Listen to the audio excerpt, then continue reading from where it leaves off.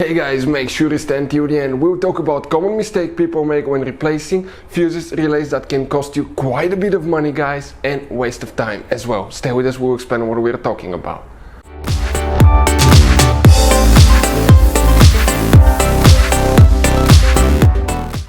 Hey guys, welcome back to Auto Repair, guys. Thank you guys for watching and subscribing to the channel. Today will be super helpful video to any of you having a BMW, guys, 5 Series generation E60 E61 that you see right here. This is, guys, a 5 Series BMW from year 2003 to year 2010. If you guys have one of those, you need to find where your navigation fuse is located, which fuse you need to check, where you can buy cheap fuses, parts, tools at a good price, quick shipping. That way, guys, you do not waste your money. What's important to test fuses and relays, all that, guys, will be covered absolutely free for your convenience. Make sure you stay until the end.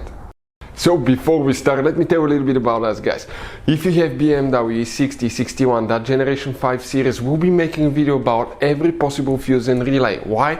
To save you time and money. Let's say you're in the middle of nowhere, your fuel pump fuse blows out. What do you need to do? Okay, it takes forever to find where it's located. It's so complicated, you may have even multiple fuses, and all you have to do, come to our channel, search for it, and you'll be able to find that video, watch it, and in less than 2 minutes you replace the fuses, you're back on the road. Something else, guys, every single car we get here at the garage, we try to make, guys, at least 200 to 300 free repair videos. We take them completely apart, we show you guys how to fix pretty much anything, engines, transmissions. Why we do that? Because our mission in the shop is to save you money, guys. We have more than 11,000 videos on our channels that can save you quite a bit of money. Now, if you guys need to buy parts, tools for your BMW or any car, we'll share the link in the description of the video below where you can get them from at a really good price, quick shipping. That way you do not waste your money.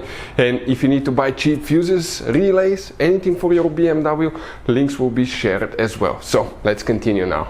So the navigation fuse, guys, where it's located, you have two fuses in two different fuse boxes that you will need to check.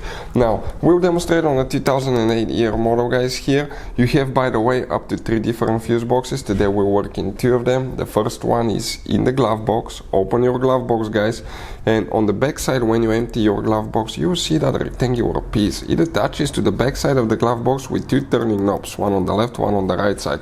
Turning counterclockwise about 90 degrees, you remove that cover, and you will, guys, see a fuse box right behind the glove box. That's the main fuse box. So before we continue, let's explain quickly why it's important to test fuses and relays.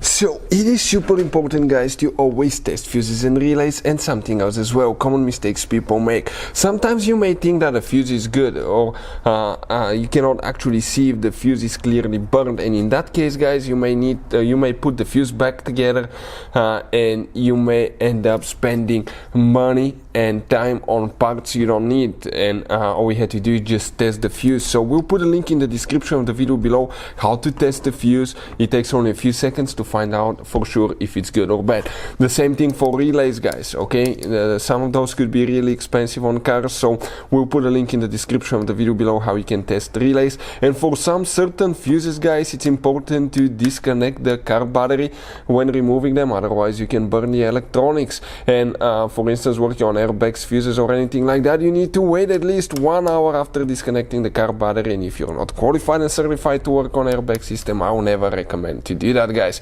But when disconnecting the car battery, guys, okay, common mistake people make, it's important to know which battery terminal you reconnect first. If you do it the wrong way, you can burn electronics modules. How we know about that? We burn before the traction control module on BMW that cost us $2,000, guys. So we'll put a link in the description of the video below which battery terminal to disconnect first. Check it out for your convenience. So now, guys, here let's explain. This fuse is here 1 through 9, and this is 10 and up. On that row of fuses, under every even number fuse, you have a number that indicates that fuse.